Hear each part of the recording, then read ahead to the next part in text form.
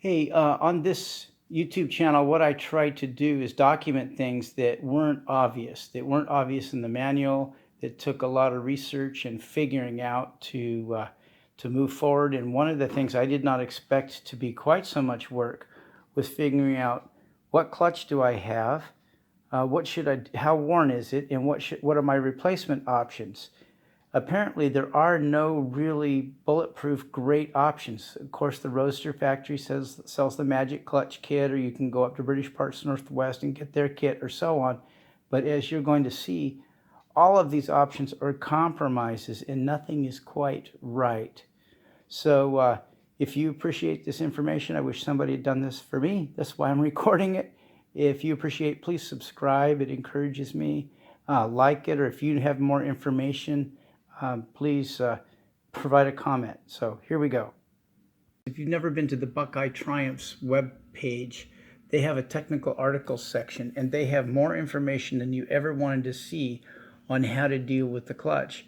And the interesting thing is that not any one of these articles had all of the information that I needed to make my evaluation.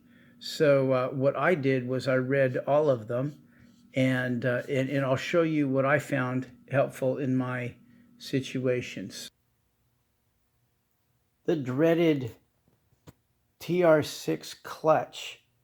What is it? Can I use it? Can I reuse it? Do I have to replace it? If I replace it, there are so many options out there that don't that aren't good. All the new stuff has some sort of compromise to it. So one of the compromises is it all has to do with this guy here. This is the throwout bearing, and the original throwout bearing, which this is an original. If you look on the back, it says it's a RHP. Let's find it.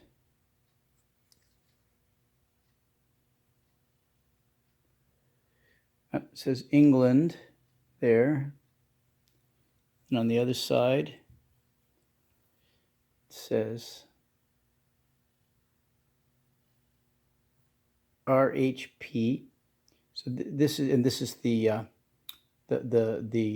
carrier that it rides on, this piece here. And I put a magnet on this, and it's steel. So the new ones, like from the Roadster factory, are made out of bronze. This is an original RHP throwout bearing on the original carrier.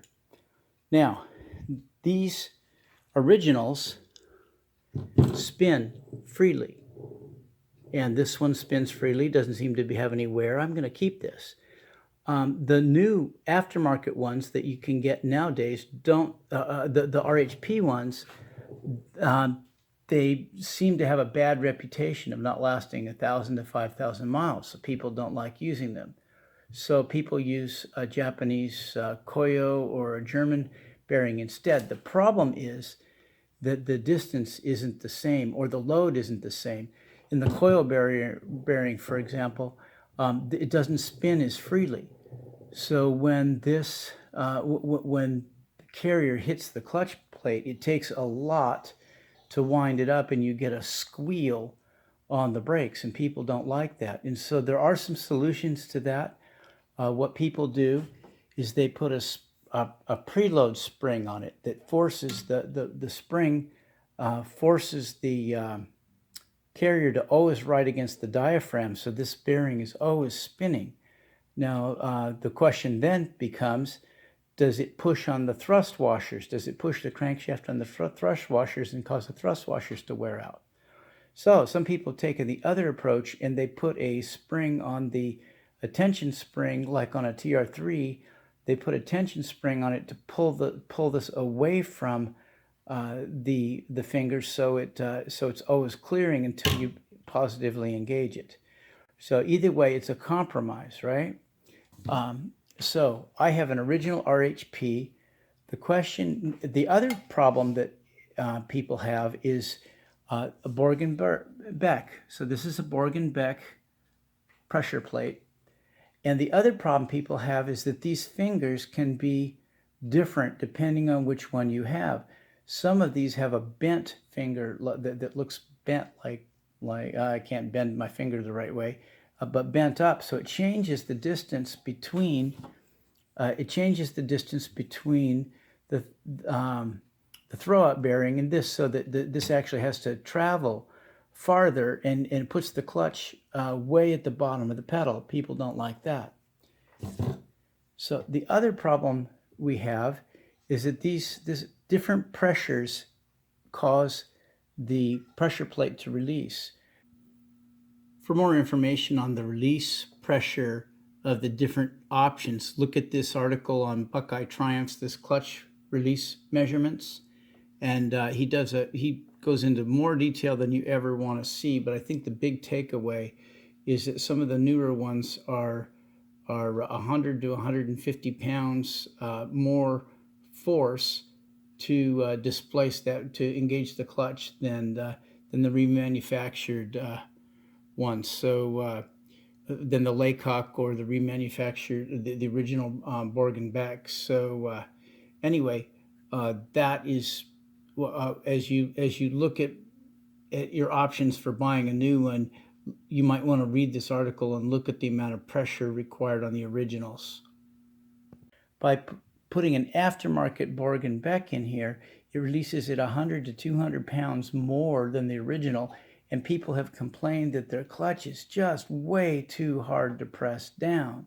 So I know from driving this that this clutch isn't really hard to press down. It feels about right. So I have my suspicions here, but we'll take a look. Then the last thing to evaluate is the disc. There doesn't seem to be much controversy about the aftermarket discs, and you can just put one in. The question I have is, since my clutch seems to be in pretty good shape, question I have is how much wear is on this disc, and should I replace it, or is it almost new? And there's no spec. I looked in the manual, in the Bentley manual, I looked in the Haynes manual, there's no spec on this. Fortunately, I got an answer on the internet, so it must be right. Right, so let's take one of these things at a time. First, my first question then is, I already revealed that this is the original, the original throw-out bearing. So and the original carrier. So we'll just leave that there. Next question is this an original or an aftermarket Borg and Beck? And the article on the Laycock clutch, I won't go to the top. This helped me identify which Borg and Beck pressure plate I had. You can see the original Borg and Beck has the round ones. Here's what the aftermarket ones look like over here. So that was helpful. So the way we can tell is that these fingers are straight. Other thing about the originals, these fulcrum pins are round on the originals. They're square on the aftermarket Borg and Beck. So so I have an original pressure plate here. Familiar with this? If you're not familiar with this resource, you should buy one. There's two editions. If you get the earlier edition, it'll be like $300 or something. This is the updated and revised edition, which I don't remember what I paid it, but it's something like $30. There's a section here on the engine and clutch, and in here it talks about a lot of things that you need to do as far as thinking about replacing it. But as far as identifying which one you have, it talks about the blue spot, the yellow spot, and the green spot on the paint, and you can see here's the paint here, and you can see on mine here's the paint here. So I have the yellow spot, which is the desired one. So a good resource. The yellow spot I think isn't available, and he says the blue spot is a fraction heavier, and it's the one that you want. Now I have no opinion on it. The green spot's the one that was really hard to push. So you might want to take a look at that. He goes into a bunch of other information regarding how to make sure you have a good clutch install. It would be worth buying this book. I did find, if I really wanted to, I could get this rebuilt. There was a guy that I found on the internet, of course, that rebuilds these, and he still has a bunch of parts. And I talked to him about the wear on these fingers, and he says they all have some wear. He says, how much wear do you have? So what I did was I took a micrometer, and I put a ball attachment. This particular Pittsburgh freight, the reason I used a cheap Pittsburgh freight was I had the ball bearing attachment for it.